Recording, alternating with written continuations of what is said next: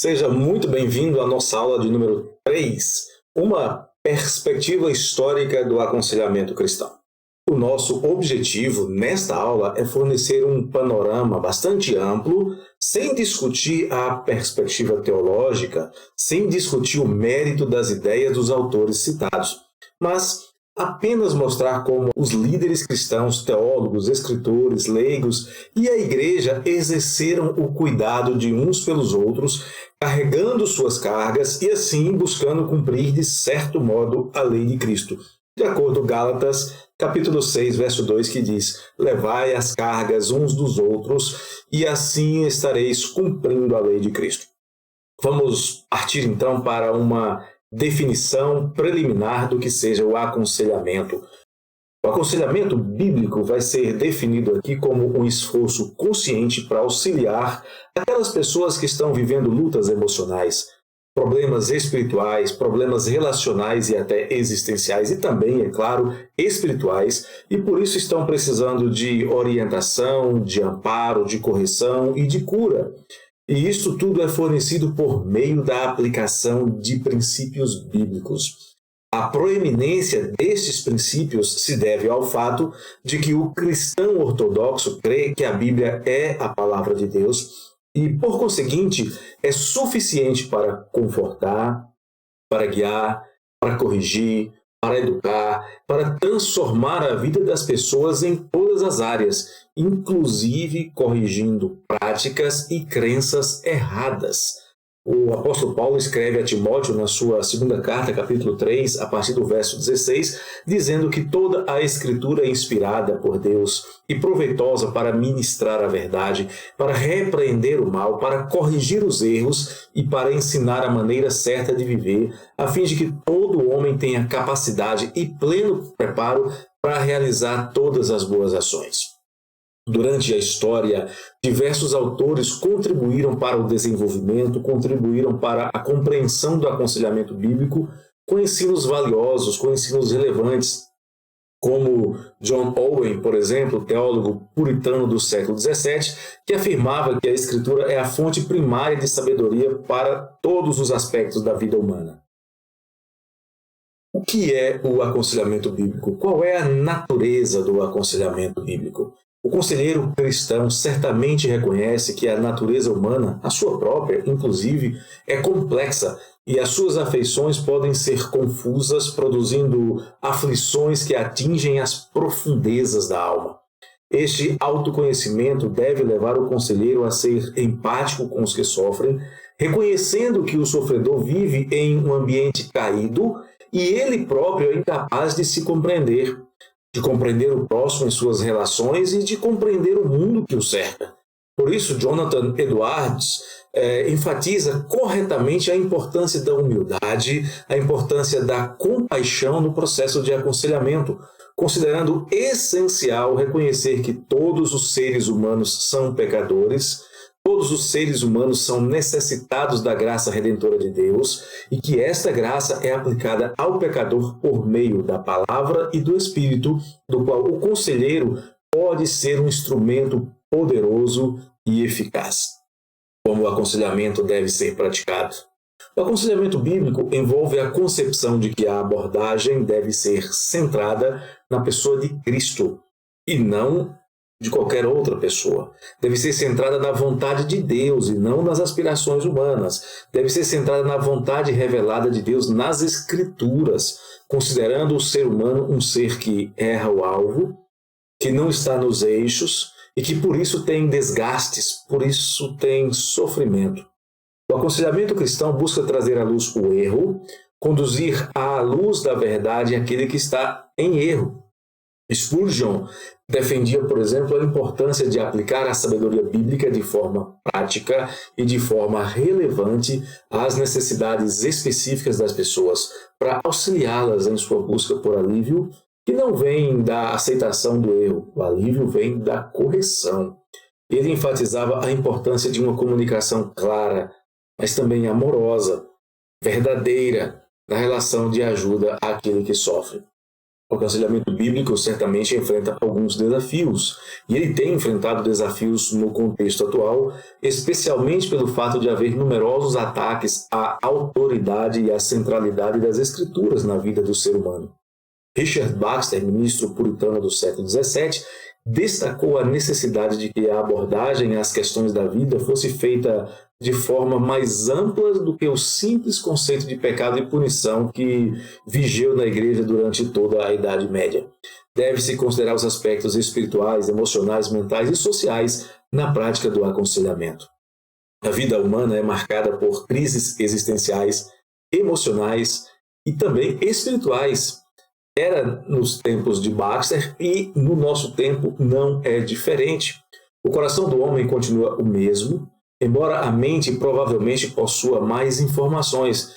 E longe disso ser uma solução, pode ser muito mais angustiante.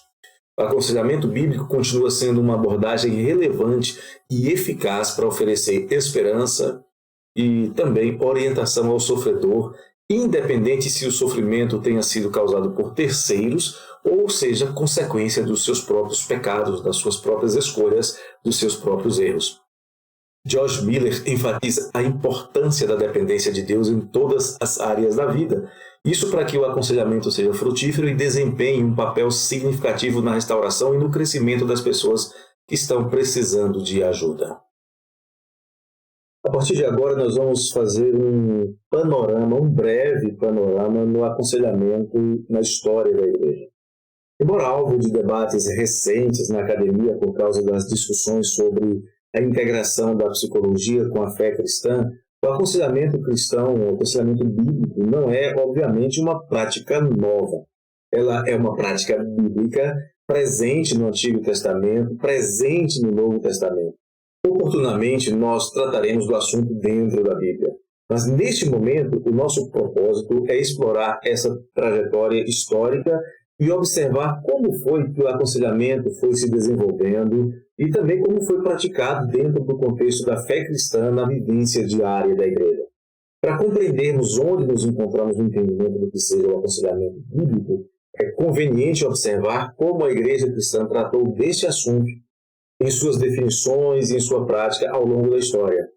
E esse será um breve panorama histórico. E justamente por ser um breve panorama, não será necessário um aprofundamento no pensamento dos autores citados, nas suas práticas e nas implicações disso, algo que pode ser feito em outra oportunidade, dedicada especialmente a essa finalidade, mas não é o alvo desta aula. Para efeitos didáticos, dividiremos esta abordagem em períodos históricos com menção a alguns autores apenas destes respectivos períodos. Alguns têm mais autores que trataram do assunto, outros menos. Mas nós vamos ver o desenvolvimento ao longo de 20 séculos de história da Igreja. Vamos acompanhar o pensamento da Igreja a respeito do aconselhamento, levando em conta linhas de abordagem sobre a base do aconselhamento, o estado do homem e a necessidade da graça de Deus, o papel da Igreja e a maneira do conselheiro abordar os problemas daqueles que buscam ajuda. O nosso primeiro período de tempo abordado será do século I ao século V. O aconselhamento cristão ou o aconselhamento bíblico tem suas raízes nas Escrituras Sagradas e foi praticado pelos crentes ao longo de toda a história, sendo desenvolvido na tradição teológica cristã desde os seus primórdios. É óbvio que não se deve esperar que os autores primitivos tenham escrito obras específicas sobre aconselhamento bíblico. No entanto, eles fornecem insights mostrando que o ato de aconselhar era uma abordagem terapêutica biblicamente orientada, reconhecendo a autoridade das Escrituras e a soberania de Deus na vida dos indivíduos que deveriam, ao receber a instrução bíblica, conformar a sua vida à vontade de Deus, corrigindo o que precisasse ser corrigido, consertando o que precisasse ser consertado e, é claro, permanecendo na prática daquilo que eles já vinham fazendo de certo. Na literatura bíblica, as epístolas paulinas são ricas em ensinamentos práticos, são ricas em exortações que são fundamentais para o aconselhamento cristão, apresentando princípios como consagração e dedicação a Deus. Por exemplo, em Romanos, no capítulo 12, verso 1, Paulo fala o seguinte: portanto, caros irmãos, rogo-vos pelas misericórdias de Deus que apresenteis o vosso corpo como um sacrifício vivo, santo e agradável a Deus, que é o vosso culto espiritual. O escritor da carta aos Hebreus orienta os crentes a se exortarem mutuamente em Hebreus 3,13, a se incentivarem mutuamente na prática de congregar, na prática das boas obras, como é possível ver em Hebreus, no capítulo 10, verso de número 25. Isso tudo numa vivência comunitária, numa vivência dentro da igreja, que funcionou, funciona e deve continuar funcionando como uma comunidade terapêutica. Disso nós concluímos que a literatura do Novo Testamento oferece conselhos pastorais, oferece orientações à comunidade cristã com o objetivo de resolver questões internas e conflitos interpessoais. Você pode ver isso com abundância nas cartas pastorais, nas cartas de Paulo, quando ele escreve, por exemplo, a Tito, quando ele escreve a Filemon, quando ele escreve a Timóteo, tudo isso está abundantemente registrado. Depois disso, algum tempo depois, já no século II, Justino e Clemente, estes autores enfatizaram a importância da instrução cristã como uma forma de aconselhamento, fornecendo orientação ética, orientação moral, orientação doutrinária e, é claro, orientação espiritual aos crentes. As obras de Justino mostram uma profunda reverência pela palavra de Deus, mostram também uma compreensão precisa do papel que ela tem na orientação espiritual, na orientação moral de todos os crentes. Justino estava convicto da autoridade e da eficácia das Escrituras como fonte de orientação, como fonte de sabedoria para os cristãos e também como fonte de poder. Ele afirma em uma das suas apologias o seguinte: porque do mesmo modo que os demônios, ouvindo os profetas que os pregavam, ainda assim as coisas que eles, os profetas, anunciaram foi cumprida. O mesmo acontecerá agora com os demônios e falsos profetas. Ele escreve isso na sua primeira apologia, está dizendo tudo que a palavra diz vai ser cumprido. Demonstra sua crença na capacidade das Escrituras de expor, de confrontar, de refutar demônios, falsas doutrinas, enganos espirituais, oferecendo direção e discernimento. Justino também enfatiza a importância da oração e de uma vida de dependência da graça divina como parte integrante do aconselhamento, afirmando que o próprio Deus nos concede misericórdia e promete ouvir nossas orações se fizermos o que é agradável a Ele. É o que ele afirma na sua primeira apologia. Outro escritor deste período, Orígenes, nos mostra que, paulatinamente, a prática do aconselhamento cristão começou a se consolidar com a ascensão do pastoreio como uma função distinta dentro da comunidade cristã. E foi neste período que Orígenes enfatizava a importância da interpretação correta das Escrituras como uma ferramenta para o aconselhamento pastoral. E suas obras sobre os princípios, por exemplo, influenciam a teologia e a prática do aconselhamento com vistas à edificação espiritual dos crentes ao longo de vários séculos. Outro escritor desta época, agora já no século IV, Agostinho, a institucionalização do cristianismo como religião oficial do Império consolidou a figura clerical no desempenho do papel de conselheiros espirituais. E Agostinho de Hipona escreve obras como Confissões, A Cidade de Deus, abordando questões teológicas, espirituais, morais, éticas e existenciais que fazem parte da temática do aconselhamento cristão, e desenvolvendo uma abordagem pastoral, combinando teologia, filosofia e uma tentativa de compreender a mente humana numa espécie de psicologia ainda bem primitiva. Agostinho destacou a importância da graça de Deus na transformação da vida humana, enfatizando que é pela graça que as curas das feridas da alma e a renovação espiritual são alcançadas.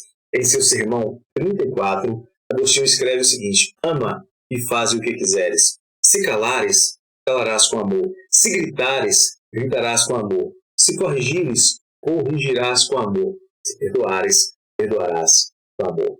Para ele, a graça é o motor da mudança espiritual na vida de uma pessoa.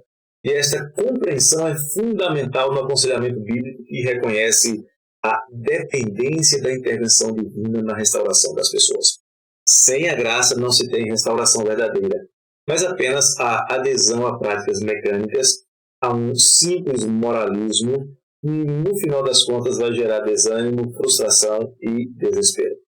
Um outro autor da época, João Crisóstomo, comumente abordava questões práticas em suas famosas pregações. enfatizando o poder transformador da Palavra de Deus, oferecendo conselhos pastorais baseados na Palavra de Deus.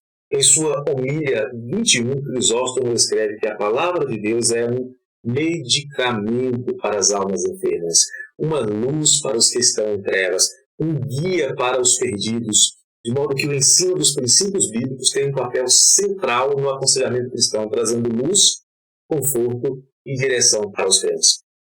Em suas homílias sobre o Evangelho de Mateus, Crisóstomo reflete uma abordagem pastoral, buscando aplicar a sabedoria das Escrituras na experiência humana para fornecer orientação, para fornecer consolo e correção nos desafios da vida diária. Paradoxalmente, esses autores contribuíram para o estabelecimento de instituições como mosteiros, como conventos, onde a vida comunitária regrada substituía o dia a dia comumente vivido pelas pessoas. Outro autor deste período, o último que vamos analisar deste período, é Gregório de Nissa. Ele apresenta a santidade e a conformidade com Cristo como central numa vida virtuosa. Em Vida de Moisés, ele escreve que a santificação é o processo pelo qual somos transformados à imagem de Cristo, crescendo em amor, graça e santidade. O alvo do aconselhamento, segundo Gregório, é ajudar na consecução deste projeto de vida. Entre os séculos V ao XV, pouco há que se falar sobre o aconselhamento no que ficou conhecido como a Idade Média. É claro que houve teólogos cristãos que abordaram esse assunto como parte do seu pensamento teológico, abordaram esse assunto em seus sermões, mas isso ficou meio obliterado pela institucionalização da igreja, pelas doutrinas sacramentais, pelas penitências. O fato é que esse assunto não foi tratado como uma metodologia, mas o tema do aconselhamento cristão continuou sendo abordado e o aconselhamento cristão continuou sendo praticado naturalmente como parte do ministério da igreja, de forma empírica, é verdade. O desenvolvimento do pensamento cristão sobre o aconselhamento entrou numa espécie de letargia devido à teologia sacramental e também moralista de autores como Tomás de Aquino, que teve uma grande influência na teologia medieval. Dentre esses autores que abordaram de forma marginal o assunto, destacamos Anselmo de Cantuária, em sua obra Por que Deus se fez homem, onde ele argumenta que somente a morte de Cristo poderia satisfazer a justiça divina e reconciliar os homens com Deus. Isto é, a obra de Cristo é um fundamento da salvação e, ao mesmo tempo, a base da esperança e perdão para aqueles que buscam orientação espiritual, para aqueles que buscam solução de suas demandas pessoais, emocionais, espirituais e até físicas. Anselmo também abordou esse assunto no seu livro Proslogion. Bernardo de Claraval, neste mesmo período, é responsável pela introdução de uma tendência mais mística no relacionamento com Deus, e Tomás de Aquino buscou integrar a fé cristã com a filosofia aristotélica, enfatizando a importância da razão e da revelação como complementares e não antagônicas na busca pelo conhecimento de Deus em sua obra Suma Teológica. Ele entendia que o aconselhamento bíblico deve ser fundamentado tanto na revelação das Escrituras quanto na razão humana iluminada pela graça divina. Sua teologia sacramental e sua abordagem da lei moral influenciaram bastante a ideia de ações reparadoras em busca de solução para os problemas da alma. O fim da Idade Média, do século XVI, início do século XVII, também vê o declínio do sacramentalismo e vê um aumento da preocupação com o cuidado pastoral das almas. A teologia reformada, apesar da acusação de aridez e de academicismo, mostrou-se grandemente preocupada com o bem-estar das pessoas, especialmente num período de grande sofrimento espiritual pela transição eclesiástica da Igreja Romana para a Igreja Reformada e de muitas vidas perdidas em guerras religiosas, em pestes, em períodos de grande fome. Esta preocupação no cuidado com as pessoas está profundamente enraizada na teologia reformada. O reformador Martinho Lutero, um dos principais líderes da reforma protestante, enfatizou o princípio da autoridade suprema das Escrituras na vida cristã, considerando as Escrituras mais do que um livro de doutrina, mas um guia prático para a vida diária dos crentes, a única e também suficiente fonte de sabedoria divina, fonte de orientação, fonte de correção e de conselho para o homem. Por ter origem divina, isso é, já que a Bíblia é a revelação direta da vontade de Deus para a humanidade, ela deve ser usada como orientação para a resolução de todas as questões da vida. como questões espirituais, emocionais e morais. Lutero diz que a Escritura é a fonte única do consolo cristão e da orientação moral. Lutero via o pecado como uma realidade universal, como uma realidade inevitável, e por isso enfatizava a capacidade do perdão divino de restaurar e de transformar vidas. E isso impactou a abordagem cristã sobre questões como culpa, arrependimento e reconciliação. Outra contribuição de Lutero foi trazer a igreja, trazer a comunidade dos crentes de volta ao processo de restauração do caído, como uma comunidade terapêutica, pois via a igreja como uma família espiritual e não um tribunal eclesiástico. Na igreja, nessa família espiritual, os crentes deveriam encontrar apoio, encorajamento e correção mútua. Sobre isso, ele escreveu que a confissão não deve ser uma ação secreta, mas sim uma prática comunitária na qual os cristãos se apoiam uns aos outros.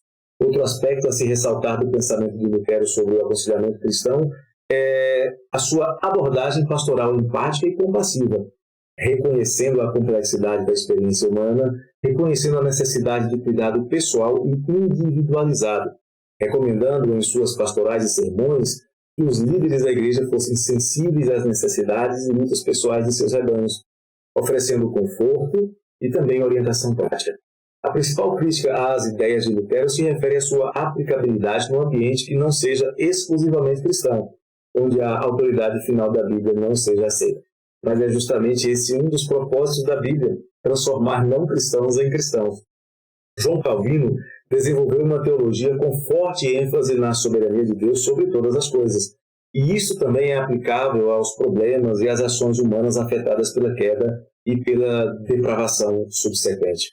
Calvino considerava que a palavra de Deus, por ser palavra de Deus, fornece verdades eternas que podem transformar vidas e, por isso, o conselheiro deve confiar na sabedoria de Deus para orientar as pessoas em suas dificuldades em absolutamente todas as áreas de sua vida.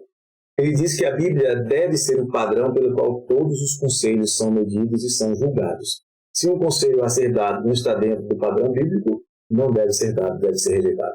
Sua ênfase na soberania de Deus vai levá-lo a afirmar que nada acontece sem a ordem ou a permissão de Deus, inclusive os momentos de sofrimento e angústia. E é justamente por causa da providência e da soberania de Deus que, mesmo nesses momentos, os cristãos podem encontrar consolo na certeza de que Deus está no controle de todas as coisas. A palavra, a Bíblia, aplicada pelo poder transformador do Espírito Santo, opera na vida dos crentes, renovando as suas mentes, renovando os seus corações, o que quer dizer que o aconselhamento cristão não se limita a conselhos humanos, mas conta com a obra sobrenatural de Deus na vida do aconselhado. Há dois outros aspectos do pensamento de Calvino que precisam ser abordados, embora rapidamente. O primeiro é a importância que ele dá ao ministério pastoral na condução do aconselhamento cristão, considerando os pastores os principais responsáveis por cuidar das almas de seus rebanhos, tendo a incumbência de oferecer orientação espiritual e apoio emocional. E tem que fazer isso com diligência na aplicação das Escrituras e também com sensibilidade às necessidades individuais de cada membro da congregação. O segundo aspecto é a valorização da dimensão comunitária da vida cristã, considerando de extrema importância a comunhão dos santos e o suporte que os cristãos dão uns aos outros, tornando o aconselhamento uma parte integrante da vida da igreja que deve ser um lugar de amor, um lugar de cuidado, um lugar de encorajamento mútuo, possibilitando aos crentes encontrar apoio amoroso nas suas lutas, nas suas quedas e nos seus desafios de reorientação e de restauração. Em sua obra A Arte de Profetizar, ele vai delinear princípios práticos para a pregação, mas também para o aconselhamento baseados nas Escrituras. Ele enfatiza a importância de entender a natureza do pecado humano e, ao mesmo tempo, a necessidade de arrependimento e fé em Cristo para que haja verdadeira restauração espiritual e não apenas uma conformidade a regras exteriores. Em outra obra, Perkins afirma que as Escrituras são a melhor regra de direção para todas as ações humanas. Isso está em sua obra, Um Tratado sobre Aconselhamento Espiritual. Perkins enfatiza a importância de basear o aconselhamento em princípios bíblicos sólidos, buscando a sabedoria divina para lidar com as questões da alma. Perkins reconhece a depravação da natureza humana, reconhece também a necessidade da graça divina para a transformação espiritual enfatizando que o pecado afeta todas as áreas da vida humana, incluindo os aspectos emocionais e psicológicos. E por isso o aconselhamento deve apontar os indivíduos para a graça salvadora de Deus em Cristo e para a necessidade de uma vida de santidade e obediência. A esse respeito ele escreve: o aconselhamento deve ser direcionado principalmente para a conversão e a santificação de almas.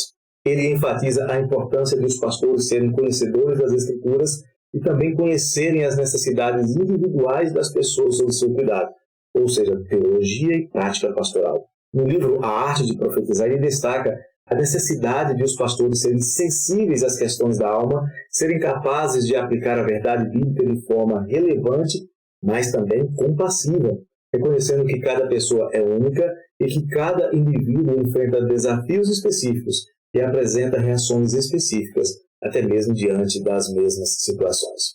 Richard Baxter foi um dos maiores nomes do aconselhamento cristão do século XVII, e ele delineia em sua obra O Pastor Reformado deveres e responsabilidades do ministro, fornecendo um modelo pastoral para o cuidado da alma baseado na aplicação da palavra de Deus às necessidades específicas do indivíduo. Considerando que os seus problemas estão enraizados na queda e consequente depravação total da natureza humana, que se manifesta então em todas as áreas da vida, incluindo mente, emoções e vontade, resultando num ser caído e necessitado da graça de Deus para ser regenerado e transformado. A esse respeito, ele escreve dizendo que o pecado original é a fonte e a semente de todos os outros pecados.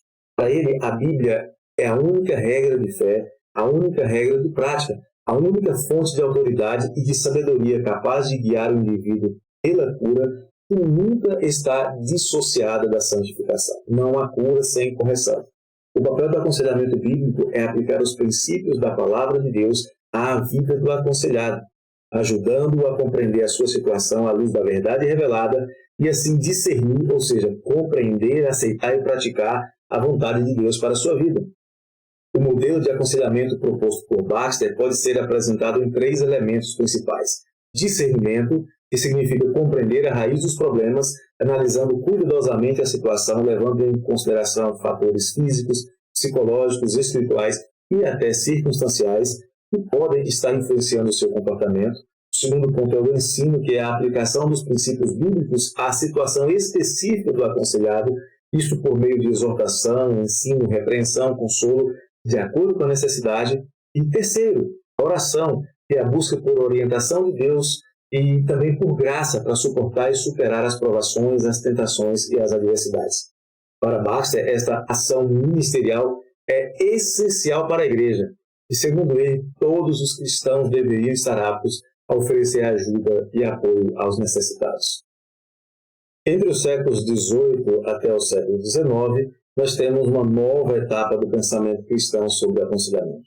Com o desenvolvimento do pensamento cristão a respeito do assunto, e com a contribuição de William Perkins e outros, começam a surgir textos mais específicos ou que abordem o assunto com mais profusão, com mais profundidade. Um desses autores é Jonathan Edwards, que, como seus antecessores, enfatizou a importância da graça divina, enfatizou a importância da fé genuína como fundamental para o aconselhamento cristão. Em sua obra Afeições Religiosas, Edwards explora as experiências espirituais genuínas, fala da natureza do verdadeiro arrependimento e fé, aponta às pessoas a soberania e graça de Deus como fonte de esperança, como fonte de transformação espiritual, afirmando que a regeneração é uma mudança na disposição da mente que implica em uma nova afeição. O que ele está dizendo é que ninguém que seja regenerado, que experimentou a graça de Deus, vai continuar amando as mesmas coisas pecaminosas, ou seja, a partir do instante em que a pessoa experimenta a graça de Deus, a sua vida vai passar por um processo de restauração. Para ele, o aconselhamento bíblico é uma prática que deve ser fundamentada nas Escrituras, que deve ser conduzida com sensibilidade espiritual e com genuíno amor cristão, envolvendo a correção de comportamentos pecaminosos, envolvendo a renovação do coração pela obra regeneradora do Espírito Santo e envolvendo também o apoio pastoral e o apoio da igreja. O amor genuíno pelo próximo é essencial para que o aconselhamento seja eficaz. Ele escreve que o amor é o princípio vital de toda religião verdadeira. Sem ele não há verdadeira religião. Edwards entende que o amor é o fundamento sobre o qual o aconselhamento cristão deve ser construído. pois é o amor que nos capacita a nos relacionarmos com compaixão e com empatia para com aqueles que estão caídos, que precisam de ajuda e às vezes nem buscam ajuda. Edwards escreve sobre o discernimento espiritual. Para ele, o discernimento espiritual é importante para guiar o conselheiro no entendimento das questões mais profundas do coração humano à luz da palavra de Deus, afirmando que este discernimento espiritual é o olho da mente. Sem ele, sem o discernimento, a mente é como um cego, ou como alguém que vaga as escrituras que não sabe que caminho ir. Depois de Edwards, nós temos George Whitefield, outro autor deste período que tratou do assunto. Era um pregador, avivalista, metodista, e ele enfatizou o papel do Espírito Santo na convicção e na transformação dos corações. Ele é mais conhecido por sua eloquência nos cultos, mas ele também aborda a necessidade de um conselheiro cristão buscar levar o aconselhado a uma profunda convicção de seus pecados, e também a necessidade de arrependimento verdadeiro, pois este é um elemento-chave no aconselhamento cristão. Diz ele que o arrependimento é o retorno do homem a si mesmo, é um reconhecimento do seu estado perdido e uma confissão sincera de seus pecados. Whitefield exortava os conselheiros a fundamentarem seus conselhos nas verdades imutáveis das Escrituras. Em uma de suas cartas, ele escreve que as Escrituras são a âncora segura em meio às tempestades da vida. Aconselhe-se conforme a sabedoria eterna contida nelas, e essa sabedoria se aplica tanto à esfera espiritual quanto às necessidades práticas e emocionais das pessoas. Além dele, nós temos também outro autor que escreveu a este respeito, que é o Robert McCheyne. Foi um pastor, um pregador escocês, e foi conhecido por seu ministério pastoral cuidadoso, com profundo amor pelas almas e com grande devoção às Escrituras. Ele enfatizava a importância da oração fervorosa, enfatizava a importância da dependência do Espírito Santo no ministério do aconselhamento, porque ele acreditava que o conselheiro precisa buscar a orientação de Deus através da oração e da comunhão com o Espírito Santo, podendo assim ser capacitado a compreender as Sagradas Escrituras. Ele escreveu que a oração é a chave que abre os tesouros do céu e capacita o conselheiro a ministrar com sabedoria e discernimento. Ele enfatizava a importância da sinceridade, enfatizava também a importância da transparência do relacionamento entre o conselheiro e o aconselhado, com honestidade e autenticidade por parte de ambos. A verdadeira cura começa, segundo ele, quando nos abrimos diante de Deus e dos outros, confessando as nossas fraquezas, confessando os nossos pecados. Um terceiro e importante aspecto do pensamento de McCheyne era sua ênfase na centralidade da palavra de Deus como autoridade final em todas as questões da vida, encorajando os conselheiros a fundamentarem os seus conselhos nas verdades eternas das Escrituras. Diz ele que a palavra de Deus é viva e eficaz, é capaz de discernir os pensamentos e as intenções do coração. Ela é a fonte de toda verdadeira sabedoria e conselho. Outro autor importante é John Owen, que considera o aconselhamento cristão como mais do que o oferecimento de conselhos práticos. Para ele, o aconselhamento é uma oportunidade para aplicar as verdades eternas da palavra de Deus à vida dos crentes em busca de santificação e de consolação espiritual. Owen demonstrou grande compaixão e grande solidariedade pelas pessoas em suas cartas. Nelas, ele diz que é um grande dever de todo o povo de Deus vencer o pecado e que devemos estar engajados nisto com toda a nossa força. O conselheiro cristão deve estar familiarizado com as sutilezas do pecado e também, obviamente, com a graça divina, para, assim, oferecer orientação aos crentes. Owen diz que o pecado nunca é menos inofensivo, menos odioso do que quando se reveste de uma aparência de algo bom. Por isso, o conselheiro deve ter discernimento espiritual para identificar a falsa piedade, para confrontar o erro onde ele estiver enraizado na vida do crente. Owen não despreza a importância da comunhão íntima com Deus no processo do aconselhamento, porque ele entende que a verdadeira transformação vem através do poder do Espírito Santo. E a transformação não virá por meio de esforços humanos, de técnicas, mas ele escreve que a verdadeira comunhão com Deus é uma participação na natureza divina, uma comunicação de sua plenitude e glória, e isso sim vai trazer um poder transformador na vida das pessoas caídas e que precisam de restauração. Além dele, John Bunyan é um outro importante autor deste período, um pregador muito conhecido e um escritor também, especialmente por causa da sua obra O Peregrino. O seu pensamento a respeito do aconselhamento envolve o reconhecimento da importância da palavra de Deus como fonte primária de orientação e de aconselhamento. Em sua obra-prima, O Peregrino, ele escreve que a palavra de Deus é a luz e vida. Ela guia os passos do homem e ilumina o seu caminho. É na Bíblia que o conselheiro cristão deve buscar seu aconselhamento. Bunyan reconhece que cada pessoa enfrenta lutas e dificuldades, e essas lutas e dificuldades são únicas, são particulares, são individualizadas, e por isso cada uma delas deve ser abordada com amor e com compreensão, com compaixão e com empatia. Ele escreve que amor é este que Deus derrama em nossos corações, e compaixão Ele nos concede para com os que sofrem. Bunyan desenvolve o conceito de batalha espiritual que não tem nada a ver com aquilo que a gente tem visto na atualidade, uma batalha enfrentada pelos crentes, reconhecendo que o cristão está envolvido em uma luta contra o pecado, em uma luta ferrenha contra o diabo, e por isso o aconselhamento deve incluir instruções para resistir ao mal, para permanecer firme na fé, e em sua obra, O Peregrino, ele fornece instruções práticas sobre como vencer as batalhas espirituais. Outro escritor desta época, Thomas Boston, menos conhecido do que Bunyan, foi um teólogo escocês e ele enfatizou a suficiência das Escrituras para orientar os crentes, porque nas Escrituras estão as respostas para todas as questões e desafios enfrentados pelos cristãos. Ali tem todas as respostas. Boston escreve que a Escritura é a lâmpada de Deus para os pés e a luz para o caminho. Ela contém tudo o que é necessário para a vida e para a piedade. E em suas obras ele fornece uma orientação sólida e confiável para quem busca ajuda, especialmente numa obra chamada A Natureza Humana em seu estado quádruplo. Boston reconhecia a queda e a sujeição do homem ao pecado, a queda do homem e a sua própria fraqueza, mas ele anunciava que a solução está exclusivamente na graça de Deus. E é na graça de Deus que o caído encontra perdão, encontra cura, encontra restauração. Ele afirma que a graça de Deus é suficiente para sustentar-nos em meio a todas as tribulações e dar-nos força para perseverar até o fim. Em outra obra sua, A Arte de Pescar Homens, Boston escreve que o conselheiro cristão deve estar disposto a descer ao nível dos aflitos, compartilhando as suas dores e oferecendo esperança em Cristo, mostrando assim que o conselheiro deve ser capaz de se identificar com as lutas e com as tentações enfrentadas pelos aconselhados.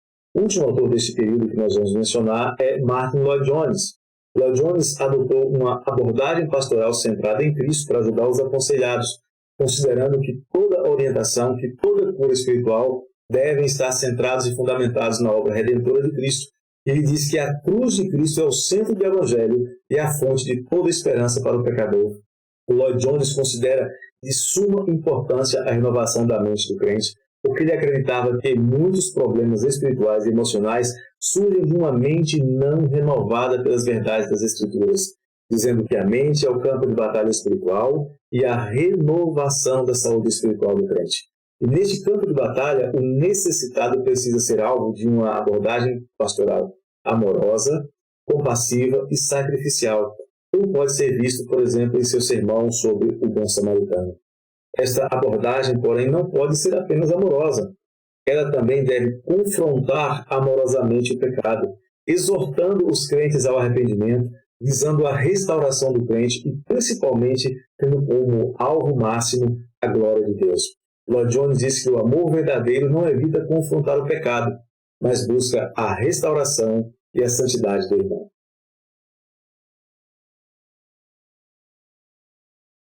No período que compreende os séculos XX e XXI, J. Adams desempenhou um papel fundamental no desenvolvimento de uma abordagem do aconselhamento que ficou conhecida como aconselhamento noutético, ou simplesmente aconselhamento bíblico, de certo modo dando origem ao estudo sistemático do aconselhamento, destacando-se entre os seus escritos o livro Competente para Aconselhar. Suas ideias enfatizam a centralidade das Escrituras, enfatizam a aplicação prática dos princípios bíblicos na vida dos crentes. Embora estas premissas estejam presentes nos escritos da maioria dos autores que trataram do assunto, a questão é o modo como esses princípios são encontrados e aplicados. Rejeitando pressupostos da psicologia, Adams defendia um aconselhamento cristão baseado exclusivamente nas Escrituras, dizendo que a palavra de Deus é a única fonte confiável de orientação e cura espiritual.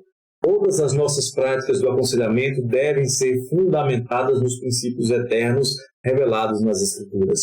Adams afirmava que a Bíblia contém todas as respostas necessárias para os desafios e problemas enfrentados pelos cristãos, e era papel do conselheiro ajudar os aconselhados na aplicação desses princípios às suas vidas.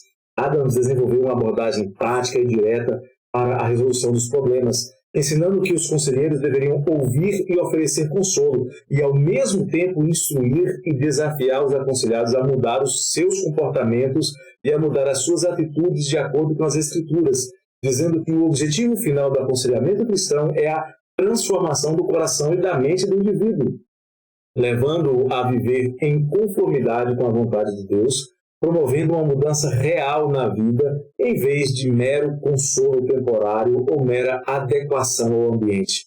Aqui, Adams destaca a importância da ação e da mudança real na vida dos aconselhados, em vez de apenas consolação temporária. Adams reconhecia que os problemas humanos podem envolver aspectos emocionais, espirituais, mentais, sociais, buscando abordar todas essas áreas de forma integrada e equilibrada, dizendo que o aconselhamento cristão deve considerar o ser humano como uma pessoa completa, levando em conta todos os aspectos de sua vida e oferecendo orientação prática em cada área. Outro aspecto importante do aconselhamento é o papel da igreja, que ele chama de grande sombrinha, vital para apoio, encorajamento e disciplina mútua entre os crentes, escrevendo que a igreja local é o lugar onde os crentes devem encontrar suporte espiritual, comunhão e cuidado mútuo. O aconselhamento pastoral deve ser integrado à vida da igreja, fortalecendo assim o corpo de Cristo. O pensamento de Adams é referência para muitos conselheiros cristãos da atualidade, integrando a sabedoria das Escrituras com a compaixão, discernimento e envolvimento da comunidade na busca pela cura, na busca pela edificação espiritual daqueles que precisam de ajuda. Mack enfatizou a necessidade de fortalecimento dos relacionamentos baseados nas Escrituras, especialmente o casamento, por acreditar que muitos problemas e muitos conflitos podem ser resolvidos por meio da aplicação de princípios bíblicos como amor, perdão e comunicação. Ele disse que um casamento saudável é construído sobre a base sólida da palavra de Deus. Os cônjuges devem se esforçar para aplicar os princípios bíblicos em seu relacionamento diário. Mack aborda os problemas de maneira prática e direcionada para a solução dos problemas, fornecendo ferramentas e exercícios para ajudar na aplicação dos princípios bíblicos em suas vidas, para se obter transformação espiritual e emocional. Ele diz que o aconselhamento cristão não se limita a conversas teóricas, mas deve incluir tarefas e práticas que promovam a mudança real na vida do crente. Como Adams e a grande maioria dos autores, ele também se refere à comunidade cristã como muito importante, porque ali os crentes encontram apoio, encorajamento e prestação de contas uns aos outros, isso dentro do contexto da igreja local, fortalecendo relacionamentos e crescendo na fé.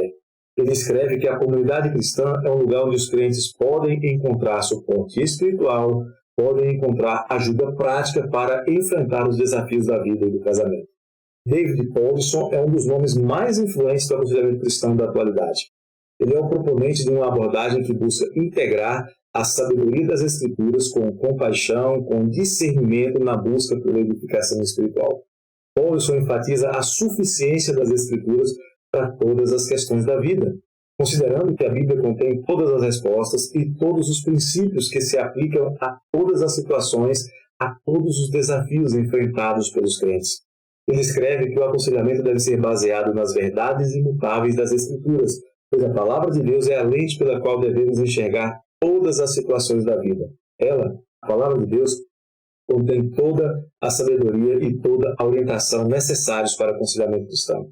Powlison também enfatizava a importância da compaixão e da empatia no processo de aconselhamento.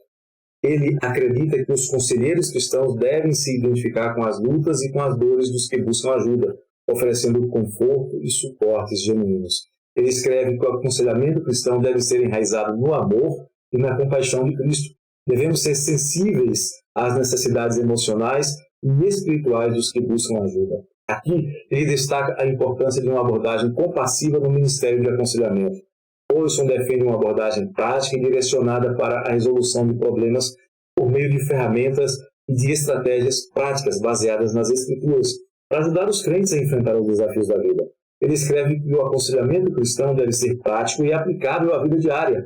Devemos ajudar os crentes a aplicar os princípios bíblicos em suas circunstâncias específicas. A comunidade cristã, segundo ele, é de suma importância no processo de aconselhamento. Ali os crentes podem buscar apoio, encontrar encorajamento, prestar contas uns aos outros, fortalecer relacionamentos, crescer na fé. Ele diz que a igreja é o lugar onde os crentes podem encontrar comunhão, apoio e cuidado mútuo. Devemos encorajar os crentes a se envolverem ativamente na vida da igreja, porque ali vão receber e vão oferecer ajuda. Aqui ele destaca a importância de se conectar com outros crentes para fortalecer os relacionamentos e assim crescer na fé. Paul Tripp é conhecido por sua abordagem prática e centrada no Evangelho como base para o aconselhamento e também a obra redentora de Cristo como fundamento de cura e de restauração. As suas obras são muito utilizadas como recursos no campo do aconselhamento cristão porque ele entende que o Evangelho é a fonte de esperança e transformação para todos os que buscam ajuda. No aconselhamento devemos apontar as pessoas para a cruz de Cristo, onde encontramos perdão, graça e poder para mudar. Tripp reconhece que todos possuem uma natureza pecaminosa e só podem sofrer a transformação necessária pela graça divina, considerando que a graça de Deus é a chave para a verdadeira mudança. Devemos nos humilhar diante de Deus, escreve, reconhecendo a nossa dependência dele para nos libertar do poder do pecado. Tripp enfatiza a participação da comunidade, enfatiza os relacionamentos interpessoais saudáveis como fundamentais para que haja crescimento espiritual, para que haja crescimento emocional dos crentes, que dão suporte uns aos outros através de incentivo e de exortação. Ele diz que a comunidade cristã é um lugar onde podemos encontrar apoio, encorajamento e prestação de contas uns aos outros. Devemos nos envolver ativamente na vida da igreja para crescer em nossa fé e santidade. Além da participação da comunidade, ele também vê a necessidade de os conselheiros serem compassivos com as lutas, com as dores e até com as fraquezas dos que buscam ajuda, proporcionando-lhes conforto e suporte para a restauração e crescimento. A este respeito, ele escreve que o aconselhamento cristão deve ser enraizado no amor e na compaixão de Cristo. Devemos estar dispostos a compartilhar as cargas uns dos outros e a caminhar ao lado dos que estão sofrendo. Tim Keller é conhecido por sua abordagem intelectual e culturalmente engajada ao cristianismo. E a sua perspectiva sobre o aconselhamento cristão reflete a sua preocupação com as questões da vida moderna, buscando integrar a fé cristã com os desafios do mundo contemporâneo numa abordagem descrita como culturalmente sensível. Sua opinião é que as verdades eternas das Escrituras têm aplicação prática para os desafios e dilemas enfrentados pelas pessoas hoje.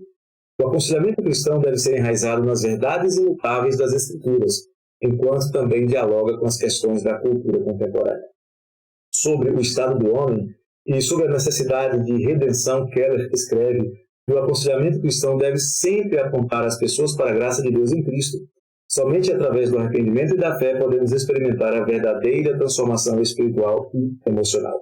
Keller insiste no entendimento das questões e preocupações da cultura contemporânea e como elas estão relacionadas com a fé cristã, numa abordagem culturalmente informada.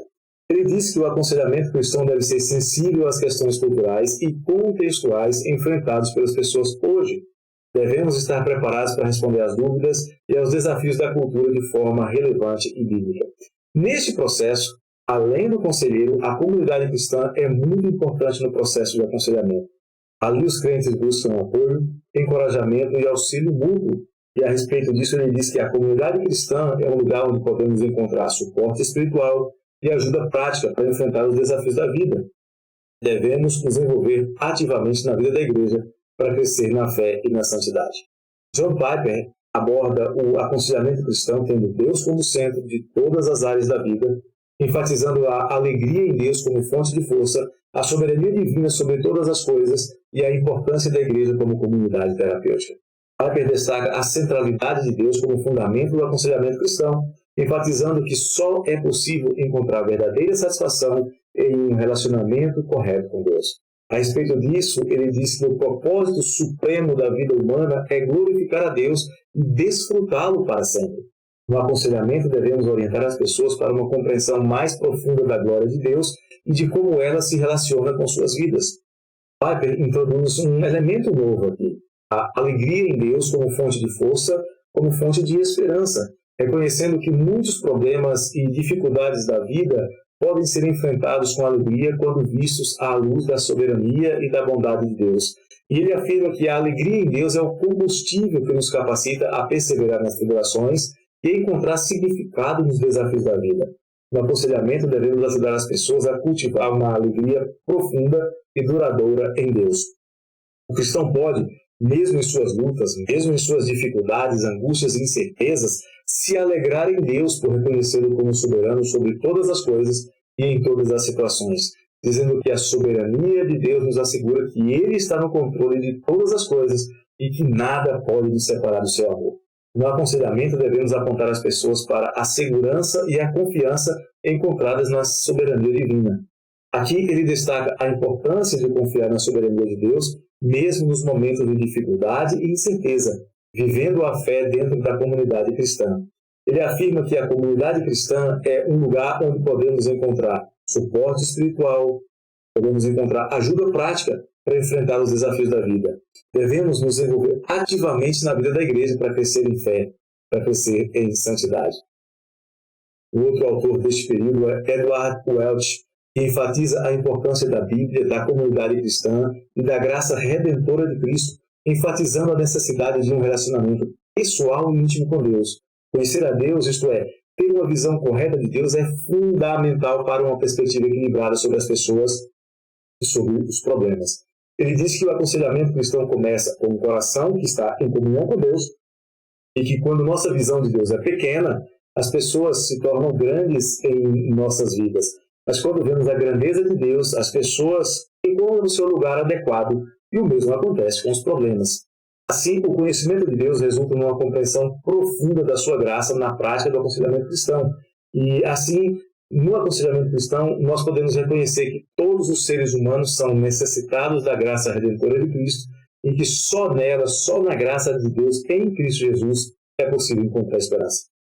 Ele diz que a vergonha é uma realidade universal, mas a graça de Deus é uma resposta universal. Somente através do Evangelho podemos experimentar a cura e a libertação da vergonha que nos prende. Aqui ele destaca a importância de apontar as pessoas para a esperança encontrada na graça de Deus em meio às suas lutas, em meio aos seus sofrimentos. Uma característica distintiva do pensamento de Welch é a abordagem centrada na pessoa no aconselhamento, para compreender as experiências e as emoções de cada indivíduo. Ele diz que o aconselhamento cristão deve ser sensível às necessidades e dores das pessoas. Devemos nos aproximar delas com empatia e compaixão, apontando-as para a esperança encontrada em Cristo. Mas esta individualização da abordagem não despreza a importância da comunidade cristã no processo de aconselhamento. Ritz Lambert tem como característica de seu pensamento sobre o aconselhamento a convicção na autoridade e na relevância contínua das Escrituras para todas as áreas da vida, destacando a sua importância como recurso supremo para a orientação e sabedoria. Ele diz que a palavra de Deus é suficiente para todas as questões da vida. Ela nos oferece tudo o que precisamos para conhecer a vontade de Deus e viver de acordo com ela. Aqui, ele destaca a importância de basear o aconselhamento nas verdades imutáveis das Escrituras, reconhecendo que a palavra de Deus é o recurso supremo para a orientação e sabedoria, buscando uma abordagem prática e direcionada para a solução dos problemas, fornecendo ferramentas e estratégias práticas baseadas nas Escrituras para lidar com uma variedade de questões e desafios que são enfrentados pelos cristãos, oferecendo em cada um deles orientação concreta e relevante. Ele afirma que o aconselhamento cristão deve ser prático e aplicável à vida diária. Devemos ajudar os crentes a aplicar os princípios bíblicos em suas circunstâncias específicas. Lambert enfatiza a importância da compaixão e da empatia, orientando os conselheiros a se identificarem com as dores e as lutas dos que estão procurando ajuda. Sobre isso, ele escreve que o aconselhamento cristão deve ser enraizado no amor e na compaixão de Cristo. Devemos estar dispostos a compartilhar as cargas uns dos outros e a caminhar ao lado dos que estão sofrendo. Aqui ele destaca a importância de uma abordagem compassiva no ministério de aconselhamento. Assim, como nós temos visto com base nos 4 pilares, a importância da palavra de Deus, da graça de Cristo, a maneira como os aconselhados são abordados e o papel do conselheiro e da igreja nesse processo, chegamos à conclusão que, com maior ou menor ênfase, há um consenso sobre a importância da Bíblia e os seus princípios para orientar o aconselhamento. Nós ouvimos aqui autores que defendem uma contextualização, uma modernização, uma visão mais contemporânea a respeito do assunto. Vimos que muitos deles abordam os mesmos temas, praticamente com as mesmas palavras, com as mesmas ideias. E é óbvio que a cosmovisão de uma época e a ideologia dos teóricos do aconselhamento vai influenciar grandemente estas ênfases, conclusões e as práticas no processo de aconselhamento. Vai resultar em empatia, cuidado, confronto, correção, ou que tipo de apoio que poderá ser dado. Também é consenso que a igreja, entendida como instituição ou como comunidade da fé, são tidas como importantes como base onde o aconselhado pode encontrar outras pessoas, cada uma com seus próprios problemas e que podem se apoiar mutuamente.